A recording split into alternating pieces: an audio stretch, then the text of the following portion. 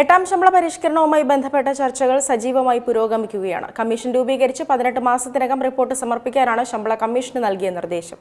ഇപ്പോഴത്തെ റിപ്പോർട്ട് സമർപ്പിക്കുന്നത് സംബന്ധിച്ച് നിർണായക വിവരങ്ങൾ പുറത്തുവിട്ടിരിക്കുകയാണ് കേന്ദ്ര സർക്കാർ. എട്ടാം ശമ്പള പരിഷ്കരണം ഏതുവരെയായെന്നും അടിസ്ഥാന ശമ്പളത്തിലും പെൻഷനിലും എത്രത്തോളം മാറ്റം വരുമെന്നുമുള്ള ചർച്ചകൾ ഇന്ന് ജീവനക്കാർക്കിടയിൽ സജീവമാണ്. ശമ്പള കമ്മീഷനുമായി ബന്ധപ്പെട്ട പ്രവർത്തനങ്ങൾ സജീവമായി പുരോഗമിക്കവേ റിപ്പോർട്ട് സമർപ്പിക്കുന്നത് സംബന്ധിച്ച് നിർണായക വിവരങ്ങൾ പുറത്തുവിട്ടിരിക്കുകയാണ് കേന്ദ്ര സർക്കാർ. 2025 നവംബർ 3 ജസ്റ്റിസ് രഞ്ജന പ്രകാശ് ദേശായി അധ്യക്ഷനായ എട്ടാം ശമ്പള കമ്മീഷന് കേന്ദ്ര സർക്കാർ ഔദ്യോഗികമായി രൂപം നൽകിയത്. കമ്മീഷൻ രൂപീകരിച്ച് 18 മാസത്തിനകം റിപ്പോർട്ട് സമർപ്പിക്കാനാണ് അന്ന് നിർദ്ദേശിച്ചത്. എന്നാൽ ഇതിനു മുൻപായി റിപ്പോർട്ട് സമർപ്പിക്കുമെന്ന് ഉറപ്പു നൽകാനാവില്ലെന്നാണ് സർക്കാർ പാർലമെന്റിൽ വ്യക്തമാക്കിയിരിക്കുന്നത്.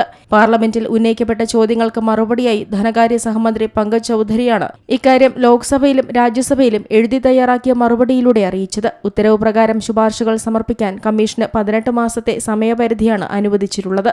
ഇതുപ്രകാരം 2027 മെയ് മാസം വരെ കമ്മീഷന് റിപ്പോർട്ട് സമർപ്പിക്കാനുള്ള സമയമുണ്ട്. കമ്മീഷൻ നിശ്ചിത സമയത്തിന് മുൻപേ റിപ്പോർട്ട് സമർപ്പിക്കുമോ എന്ന MP നീരജ് ശേഖറിന്റെ ചോദ്യത്തിനാണ് തീയതി നേരത്തെയാക്കുമെന്ന തരത്തിലുള്ള പ്രചാരണങ്ങളിൽ അടിസ്ഥാനമില്ലെന്ന് കേന്ദ്രം വ്യക്തമാക്കിയത്.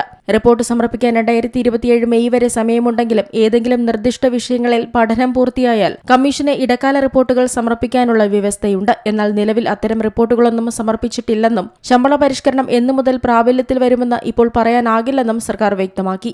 ഏകദേശം 35.77 ലക്ഷം സിവിലിയൻ ജീവനക്കാരും 33.76 ലക്ഷം പെൻഷൻകാരുമാണ് കേന്ദ്ര സർക്കാരിന്റെ കണക്കനുസരിച്ച് ശമ്പള വർധനവിനായി കാത്തിരിക്കുന്നത്. ഇവരുടെ ശമ്പളം, അലവൻസുകൾ, പെൻഷൻ, കുടുംബ പെൻഷൻ, സേവന വ്യവസ്ഥകൾ എന്നിവയിലെ പരിഷ്കരണങ്ങൾ നിർദ്ദേശിക്കാനാണ് കമ്മീഷനോട് ആവശ്യപ്പെട്ടിട്ടുള്ളത്. നിലവിൽ വിവിധ ജീവനക്കാരുടെ സംഘടനകൾ, ട്രേഡ് യൂണിയനുകൾ, പെൻഷനേഴ്സ് അസോസിയേഷനുകൾ എന്നിവരുമായി കമ്മീഷൻ കൂടിക്കാഴ്ചകൾ നടത്തിവരികയാണ്. കമ്മീഷൻ ശുപാർശകൾ നൽകിയ ശേഷം മാത്രമേ ശമ്പളത്തിലും പെൻഷനിലും വരുന്ന മാറ്റങ്ങളെക്കുറിച്ച് കേന്ദ്ര സർക്കാരിന് അന്തിമ തീരുമാനമെടുക്കാനാകൂ. National desk, Zee Malayalam news.